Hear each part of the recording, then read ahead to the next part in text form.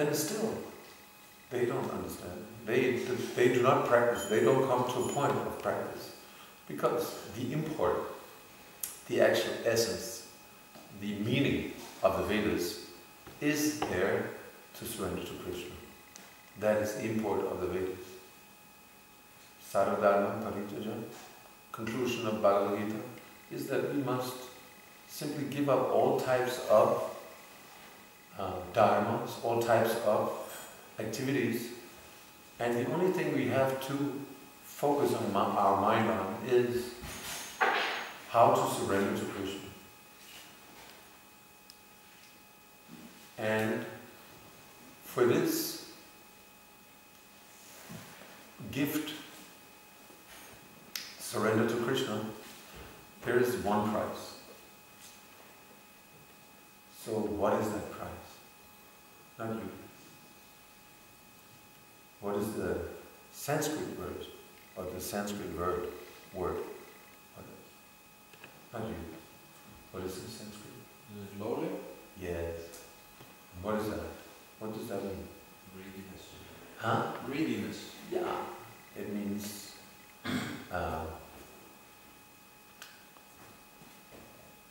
yeah, you know that not greediness. Also that is there, but another word. Huh? Eagerness. Eagerness. Yeah. Yeah. Strong desire to get it. That's the only thing which is there. Because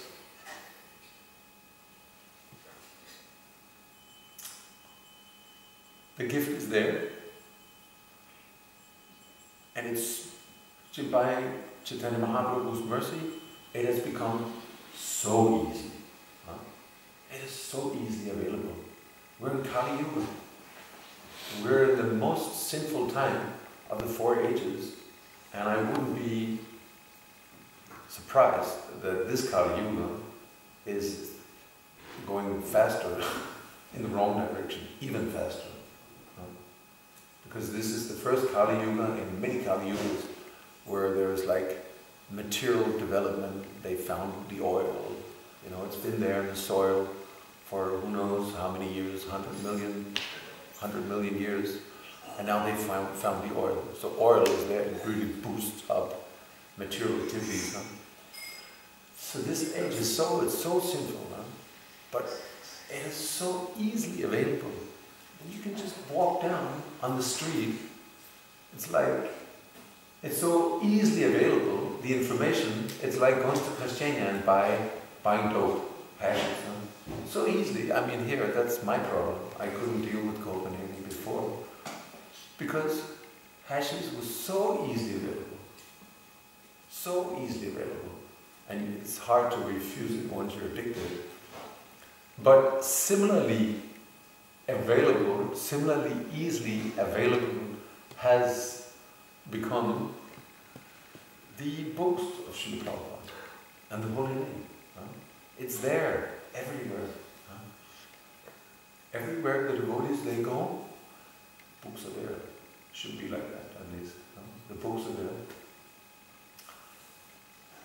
So from our side, what is needed? Basically, I mean, Krishna, he's breastfeeding us.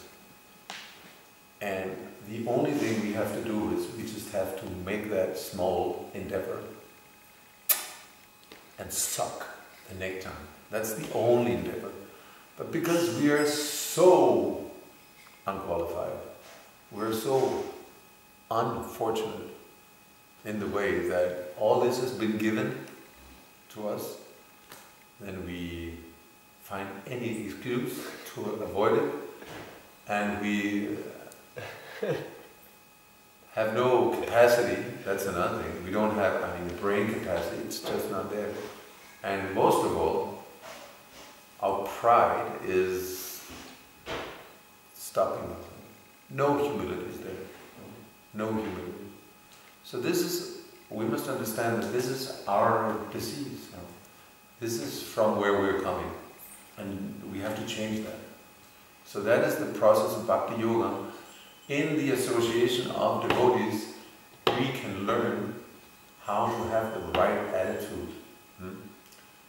We came from the yatra in South India, and there again and again and again and again, two words, right attitude and gratitude. Attitude and gratitude. Gratitude means that we learn to be grateful. We learn to appreciate what we have been given. It is nothing less than a miracle. We've been given the highest gift, and it's been given to us for free, almost against our will. It's been forced down our throat while we were sleeping, and we woke up and we coughed it up, and we saw it, and then still we were forced to do it. And despite all our disqualifications, it's been made so easy. Everyone can chant Hare Krishna. So even Shishupal, he's chanting Hare Krishna. Everyone can chant Hare Krishna. So, despite all this, still we see how difficult it is for people. But we can learn to appreciate, we can learn to feel gratitude. The attitude of gratitude is it's a very important ingredient in our daily practice of Bhakti Yoga. And how can we express our gratitude? How can we express our gratitude? Service? Yes, that's in service mentality. Service is there. So we can serve the devotees, we can hear from the devotees, and once we have a spiritual master, we can also serve him. We can so hear from him, and still we can hear from any qualified person. It's important to know who's qualified and who's not qualified. This is the whole trick to the process, because hearing is going on.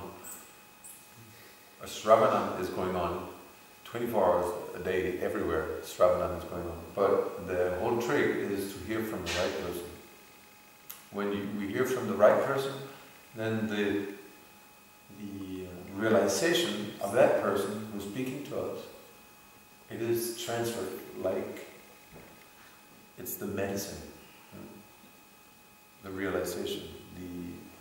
So the realization is, for a realized person, the realization is what is actually there hidden in the pages of the Bhagavad Gita. For us, when we read the Bhagavad Gita with the Bhaktivedanta purpose, it is easy. It's so easy. We know.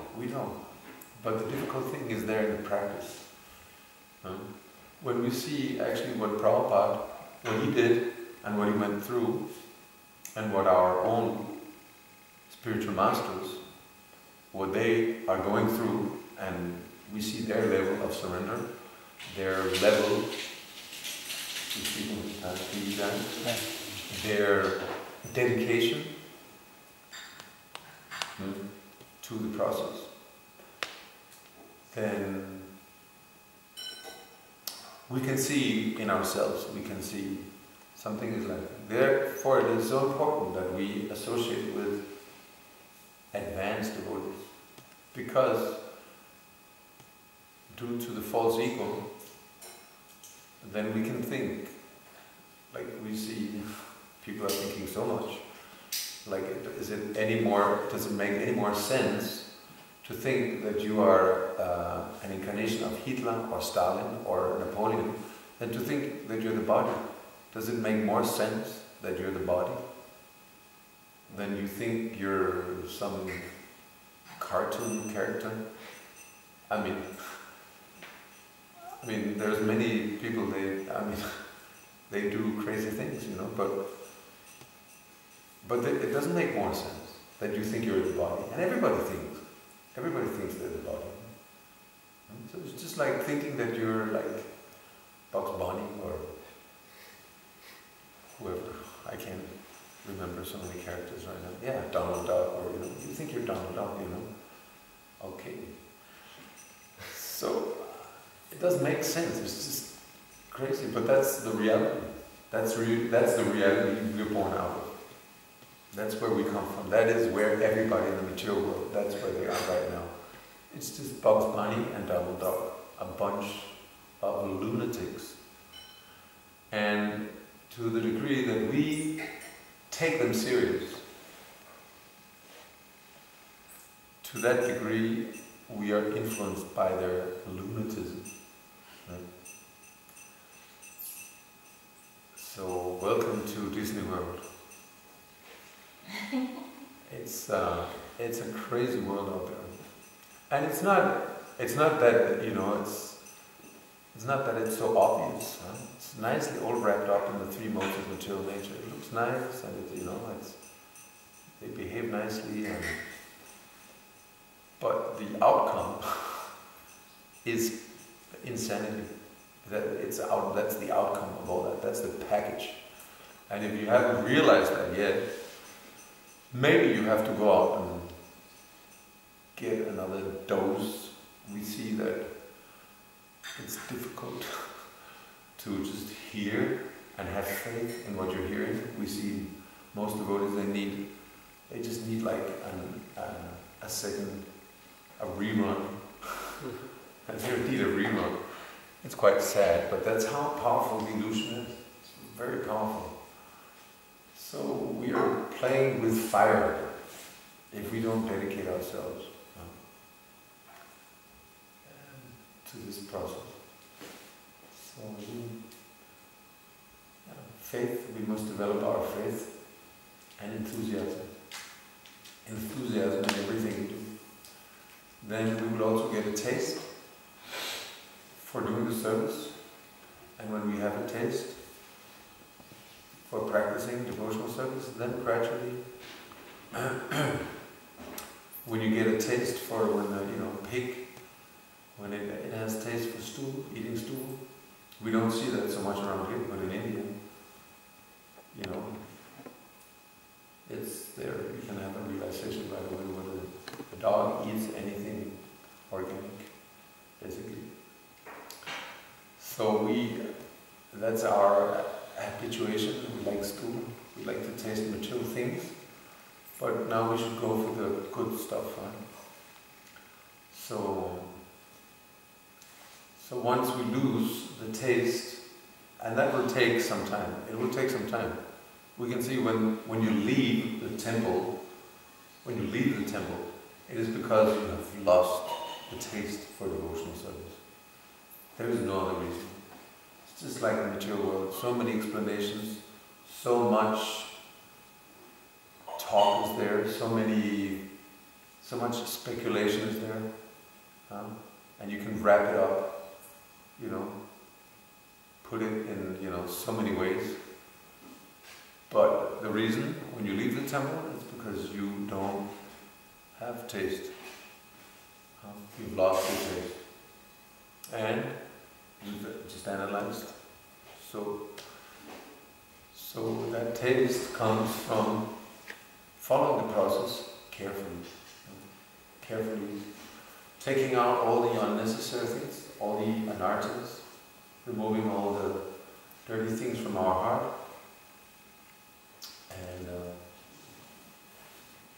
and engaging in sincerely with full dedication and enthusiasm, engaging in the process of devotion. And then we can also be ecstatic and feel love for Krishna one day. Thank you very much for your kind attention. Are there any questions or comments? You mentioned in the very beginning that disturbance in the mind appears on the level of practicing devotional service. And I was just wondering about these differences between these levels of practice, ecstatic. Sometimes we might find ourselves in a very ecstatic mood due to being engaged in devotional service. Does that mean that that's the ecstatic devotional service, or is that ecstasy on the practicing platform? Well, you in the execution of devotion, that's a good question. The execution of devotional service, even on a neophyte platform, even in the very, very beginning. Krishna, he's not mechanical, we're mechanical. But he's so happy, so he's ready to give someone who's really endeavoring to give him a taste for devotional service. Like we know from some information is there about Indra Prabhu. When he came to Vrindavan, he sat down and he chanted Hare Krishna non-stop for 14 days. And then he had darshan. And it was not just like shadow darshan, but actually he saw Krishna appeared before him. Like that, we know. So Prabhupada, the life of Prabhupada. So, and we may not experience that kind of ecstasy. That's ecstatic, quite ecstatic. But we can feel some, there's some shadow, and also there's some substance also. And we can also sometimes, there is shadow. As we perform devotional service, it becomes more substance than shadow.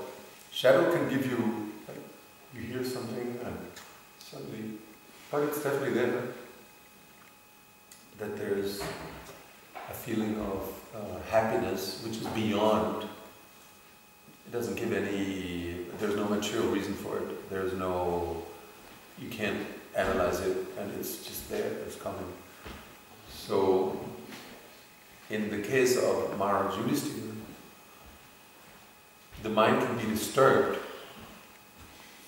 Like the gopis, their minds were disturbed when Krishna left them, due to separation. So their minds are disturbed. And the devotee's mind can also be disturbed. But what I meant by disturbance, when our mind is disturbed,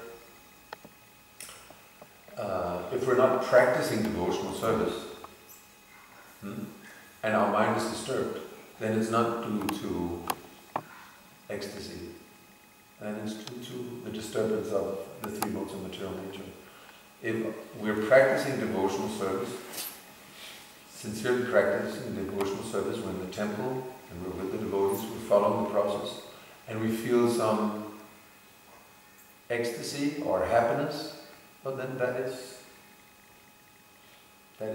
happiness, which is experience, that's taste, real taste. If that taste, eventually, if it will drive us away from devotional service, then something's wrong, obviously. Someone's trying to explain, actually it's better for me out here doing this and doing that, you can understand this, the person is confused, he's lost. He lost it, like this. I don't know if that answers your question. It's, this whole nectar of devotion is there to explain these things, because we can experience, I've explained this many times before, that the pain we have to go through in order to come to the purified platform, it is so intense that we won't choose that. We won't choose it. It's almost, when it's forced down our throat and we can't avoid it, it's like, running away, and it's like the police is after you, they ask you to please just, surrender, stop the car, and just surrender here now. But you're just running away, driving the car, you drive it, and 10 cars are there, helicopters there, but in the end, the tires are flat, the engine breaks down, you run away, you cross a fence, you fall down, you hurt yourself, there's thorns, you're crawling through the thorns, but the police dogs, they're there, in the end they get you, and they bite you everywhere, fighting you like this, and the cops there, and there's 10 cops pointing their gun, and they say, I surrender. So that's not, that's probably what we have to go through. But the main thing is that we remain in the process of devotional service. We remain. And that's in time our pride that has to be You know, it has to be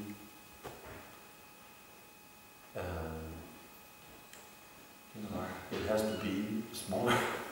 It has to be, how to say, cut down. Our pride has to be cut down. And that is suffering is there. Suffering is there, and humiliation and like that.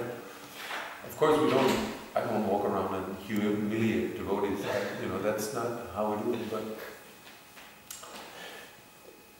the spiritual master, he can do that. Or, you know, maybe the authority, immediate authority in the temple, he will not humiliate us, but he will tell us the truth sometimes, and that's his mercy.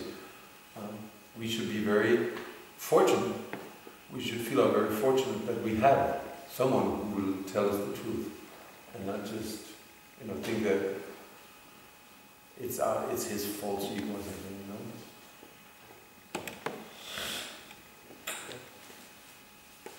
So in pure love, I can't, you know, ecstasy. That's pure love is that, you know, just all the time it's a river running, and it's never deviated.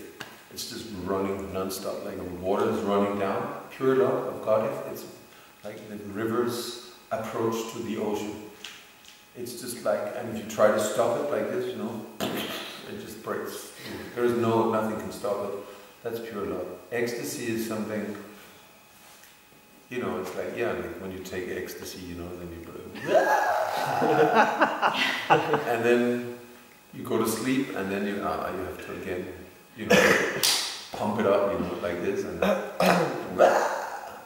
so like when we jump in kirtan or we do something wonderful service, you might feel ecstatic devotional service, but the book is there, so learn it by heart. And, you know. Okay, please, Robrina, you have a comment? No, it is fine. You asked for more. Okay.